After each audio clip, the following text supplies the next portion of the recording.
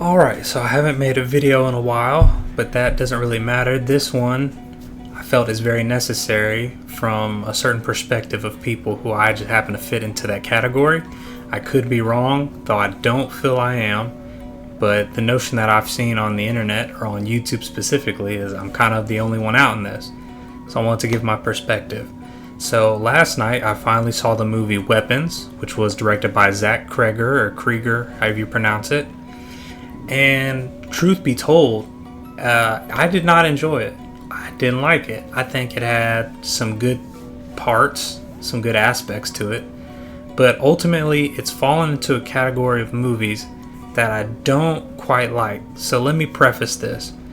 If you would like to go see Weapons, if you are not a horror fan, if you're looking to just watch this like something to do and I've heard it's a weird movie, or like you're very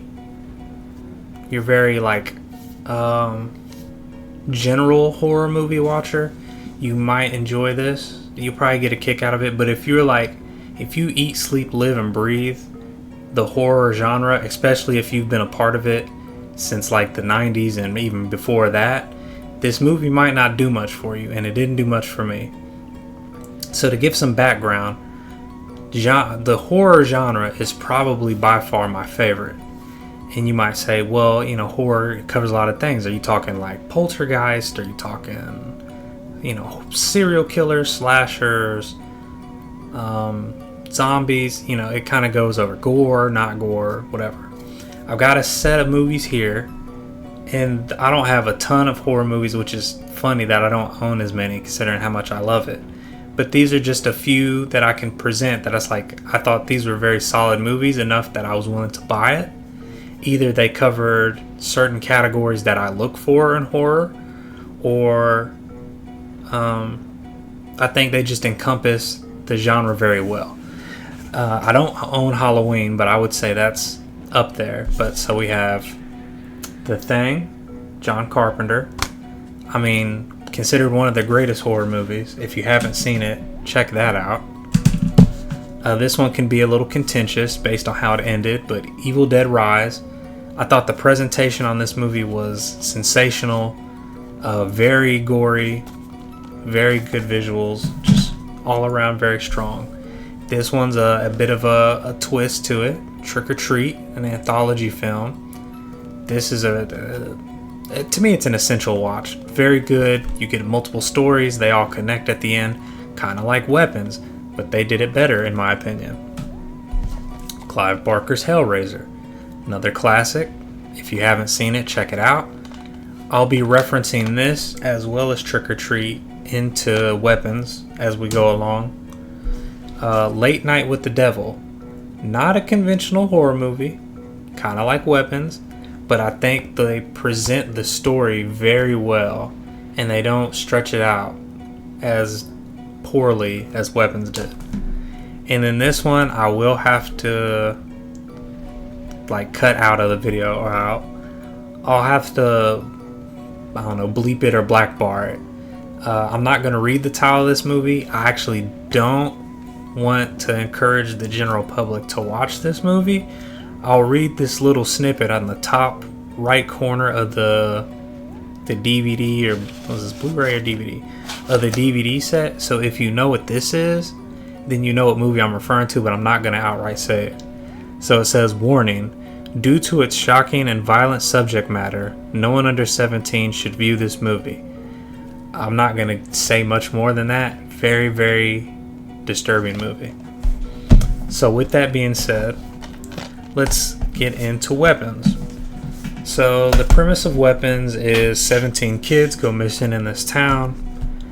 Obviously the parents want to know. They're blaming the teacher. The teacher doesn't know what the situation is, and she's trying to figure it out.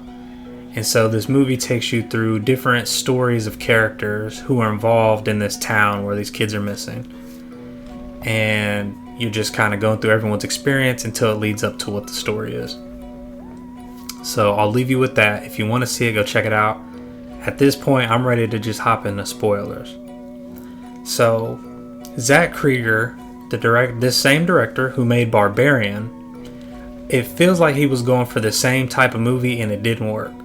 What made Barbarian so effective is that the trailers did not give you away what was going on, because the focus was there's two strangers in this Airbnb and everything's set up to be like, okay, this guy's got to be the villain. And then it does an extreme 180 once you figure out what's really going on in that house. If you haven't seen that, I would definitely recommend Barbarian over Weapons. So Weapons, they kind of tried to present it in the same notion, right? The trailer, the most you get is the dude from the Marvel movies running with his arms out and his eyes are bulged and he looks weird. So in the trailers, it's safe to assume, because when I watched, I was like, okay, he's not going to be the focus of this film. Even if it wasn't Zach Krieger, I'm like, he's a monster, he's a threat, but he's not the primary issue of this movie. So I think just them giving that much away in the trailer was a little worked against the movie in a way, because that was one of the primary scenes of this movie. What I've come to notice is I have a set list of movies here that, if you're a horror fan, these don't necessarily fit in the genre of horror, and obviously that's going to be subjective as to like what you grew up on and what you watch. But I'm going to read this list and then I'll kind of give a brief explanation. So along with Weapons, I would put this in a category with movies such as Longlegs, Hereditary, Witch, which is like VVITCH, Nosferatu, Gretel and Hansel. Even though I've not seen it, I guarantee Midsommar is in this ballpark. And then 28 Years Later, which I didn't really care for in theaters as well. I categorize these as like ethereal concept horror. And what I mean by that is, like, on paper, if you're explaining these stories, they can be scary. But in the way that these directors present these stories on film, it's not, it's a long stretch if it's supposed to be creepy. And that doesn't really do anything for me. I think that's extremely effective for a casual audience who don't really, who aren't up to snuff with all types of horror movies. I think this is like the poor man's scary movie or the poor man's thriller. Realistically, all of these movies I named, I would put in the thriller category. But for some reason, most, if not all, are under the horror genre. I don't agree with that at all. They can be thriller. They're not horror. But you could say, well, what makes horror? For me personally, is there gore? Is there legitimate, rational fear on screen? To me, a lot of these movies, there are scary parts, sure.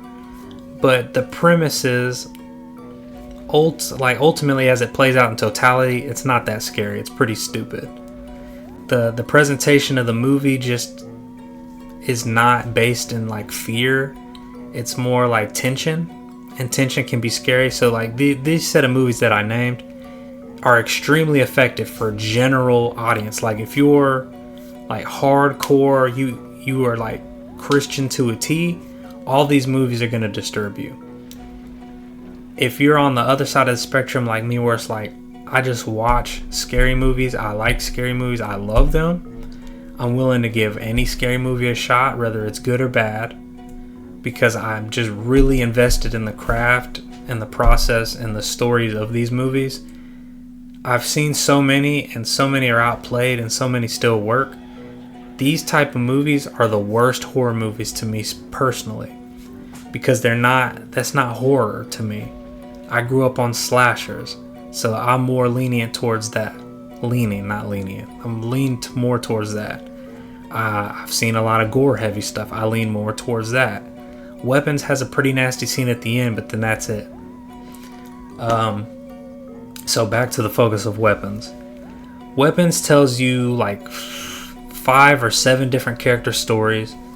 The movie really, really is stretched way too long. The beginning scene opens to kids running out of the house with some music playing. That goes on for a really long time. They could have cut that down.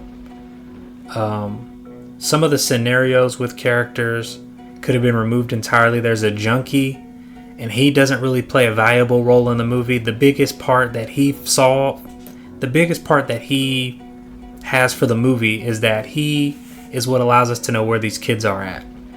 Though, we kind of got a fair understanding that, okay, this house is the issue when the teacher looks through the hole in the newspaper of the window of the boy named Alex. I think that was his name, which was the only student who didn't get taken. So we can already infer, alright, this house is the problem. So the druggy dude going in there, okay, cool. I was thinking he was going to get killed or something, vile. But no, he's just robbing the house. Goes down the basement. He sees all the kids. They look at him. He runs out. And he gets out the house. Outside of that, he didn't play any role that was worth anything. This movie had a lot of comedic sections, which I think comedy and horror don't go together very well. It's okay if there's scenes that are funny unintentionally, but when you're really pushing for that, it doesn't do anything for me personally. So the druggie could have been cut out entirely. Josh Brolin's character, he's effective. So the teacher, Josh Brolin, you keep those. The cop, you could cut out a good portion of his story as well. A thing I've noticed with this movie, and it was the same with 28 Years Later, these movies focus too much on personal stories with the characters and not the focus of the horror aspect of the movies. We're learning about the teacher being an alcoholic, and she's gotten too involved with students in terms of, assisting or helping or whatever. The cop, he's a failure at his job. He cheats on his wife. Then you got the drug kid. Well, he's a druggie, so he's stealing stuff. He's trying to pawn things off. He's got heroin needles. He lives in a tent. He's just trying to get by. Then you got the principal character. You got the principal. He's just very protective of the kids. He's very like PC principal, like from South Park. He doesn't want the teacher having any involvement with the kid. He wants everyone to kind of stay in their own corners. He doesn't want the parents getting too aggressive and involved. Just this whole thing. And it's like, okay, there's too many interpersonal stories that don't really hold any value to what the end goal of this movie is at all. And then for the big reveal to be, it's this old lady who's an aunt to the kid who's the only one who survived in this class, or who's present, and she's dying of some sickness that they don't discuss. I would assume cancer, but it could have been who knows what. So she's a witch. She comes to live with her sister and her husband and their kid. And now out of the blue, she's here and she's cutting their hair and wrapping it on a stick, and now they're in control, or they're controlled by her. And now she's telling the kid, like, hey, go get me some kids from your class because I need their power to prevent her from dying. And I think that really doesn't work very well, because before you know what the aunt's purpose in this movie is and what role she plays, you're seeing her kind of sprinkled throughout the movie. She's in the dad's dreams on the ceiling, like laughing at him. Or no, she was in the teacher's house on the ceiling laughing at her. I don't remember. I'm sure the dad does see her in his dream. And then the druggie sees her in the forest and she waves to him. The way that they presented her didn't make any sense, because why would she be in like visions of their life or whatever? They don't have any connection to each other at all. They haven't even met at the point to where they start presenting this woman. So it doesn't really make sense. And for it not to be like an alien or anything parasitic, because they speak about parasites 2 or 3 times in this movie. And I'm sure you could do like, there's an allegory for it, and you missed this part because they're referencing that to make the parasitic thing with this. That didn't really work. So her whole character was kind of stupid. And when you see all the things that she has to do to control people, that's also unrealistic too. You can't tell me this woman got this far by being this crazy kooky old lady who not only do you snip someone's hair, now you have to poke yourself with a needle, rub it on a stick, and then you have to wrap the hair around it. Then you have to break the twig. You telling me this lady has to do all these steps to enact her power, and nobody was able to like get involved and stop her, overpower her? She's an old lady. She's weak. She can't do anything aside from that whole scenario. Like she's not in this movie really attacking anybody. That just was like, this is stupid. And then the final scene where the kids they're freed, they're running, and so now they're coming to kill this lady. She's running around, and it's like a goofy like Scooby-Doo chase. Like she runs from left to right, the kids run from left to right. She runs from right to left, the kids run from right to left. She's going through people's homes, the kids catch up to her, and then the kids rip her apart violently. Only scene in the movie that's really that violent. Not much else was really that aggressive, unless you got like a needle phobia. There's not really anything horror in this movie. It's all tension, and it's more of a thriller. And lastly, me and kids in movies don't usually work. I think movies that heavily rely on children, generally, they don't work out very well. I think the main kid in this movie was phenomenal. He did a great job, and if I were in his position as a child, I would be just as scared and just giving up on life as he was. What I'm specifically referring to is the final scene where the kids are chasing this old lady to kill her. That doesn't hold any weight for me, because when I see them chasing her, only thing in my head is Thor: Love and Thunder with all the little kids getting superpowers. It's just hokey, and it's not horror. Like, people were in the theater laughing the whole time. Yeah, when the lady got ripped apart, sure, they weren't laughing then, but all up through that, it's just chuckles and giggles. Like, that's not what a horror movie is. You're not supposed to like laugh until your side hurts. You're supposed to be, tense and in the moment and in awe of what's occurring. So the movie does good at keeping you kind of like, what's going on? But once you figure it out, it's like, man, this movie's whack. There's no way I'm going to watch this again. So Barbarian worked out very well for him. This movie is kind of in the same vein. And to reference it to the two movies I was talking about with Trick or Treat and Hellraiser, Trick or Treat it's telling multiple different stories like this movie is.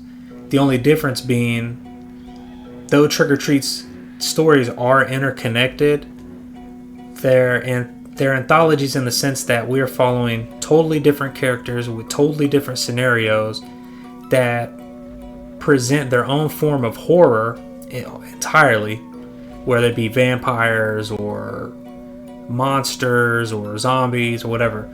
They each have their own contained story, but the connection is that they all exist in this town on the same day of Halloween in different sections of what we're seeing. So that works very well. Whereas this movie, it's a bunch of different characters trying to get to the end point of where these children are. Well, it's so stretched out, and it's so uninteresting because you're learning about these characters' personal lives and not the overarching issue. And that really takes away from the film. So Trick or Treat delivered on that way better than this movie. Now, in reference to Hellraiser tells a very interesting story of a woman who was in love with her husband's brother, and they have an affair as he's trying to come back to being an entire person because he messed with this box and it ripped his flesh and all that whole thing. So that is an interesting story just by itself. So you're following that as it unveils, like, okay, she's killing people because she loves him. She doesn't like it at first, but she learns to just become mute and just accept, like, this is what has to happen if I want my love to be back. The husband finds out, now that becomes a whole thing. And that's very interesting storytelling. But then at the end, now you get the crux of the issue. Here's the Xenobites. Here's Hellraiser. Here's Pinhead. You don't see him through the whole film, but once he shows up, it's like, okay, this is the ultimate threat to this whole movie franchise. He's the problem. Obviously, it's the people messing with the box that's the issue, but he's the ultimate threat. The Witch doesn't hold a lot of weight. Pinhead holds a lot of weight. The Thing holds a lot of weight. If you look at any iconic horror movie, the villain is just in face value a very concerning issue. The Witch is not scary. Anyone could beat this old woman down before she had time to cut your hair, wrap it around, or if she gets an item that means something to you, crush it up and throw it in a bowl. Like, witches just don't do anything for me. Maybe that's what it is. But this movie, if you're really into horror, this isn't it. This isn't it. If you're a casual audience viewer, I think you will enjoy this movie. I hope that people give enough honest feedback once they cool down from seeing it like the day of, and just really reevaluate, like, you know what, this is more of a thriller. I wouldn't say this is a horror movie, and it was okay, but it's not Barbarian. His previous movie's so much better. I assume I have to blame Ari Aster for this, partially Jordan Peele. These new styles of horror don't really do it for me. I prefer the traditional thing where it's like, here's the problem, here's a lot of people dying because of this problem. I don't need these super like big brain ethereal, like, whoa, what's going on? The mom wants to do this, but because of the daughter being this, then the mom can't do that. So she invokes the son to stick around, and now he's the holder of the key to the blah. But then the mom takes the key from him because he's no longer the holder because she did this to get there. Like, I don't need movies that do that. That's uninteresting. You're trying to do too much. If you want to go that route, make it a show. At least then it can be self-contained and I can kind of follow it better. But a movie, man, you got a certain amount of time and you got to win me over. And if you're trying to do all these hoops and whistles, you're not Christopher Nolan. This is a horror movie, man. Stop trying to be super like impactful and tell a crazy mental story. You know what the genre is. Get the job done. So that's my overall take with Weapons. If you're casual, see it. If you're a true horror fan, you can skip it or catch it like in the morning, a matinee. I wouldn't go watch it at night. It's not scary.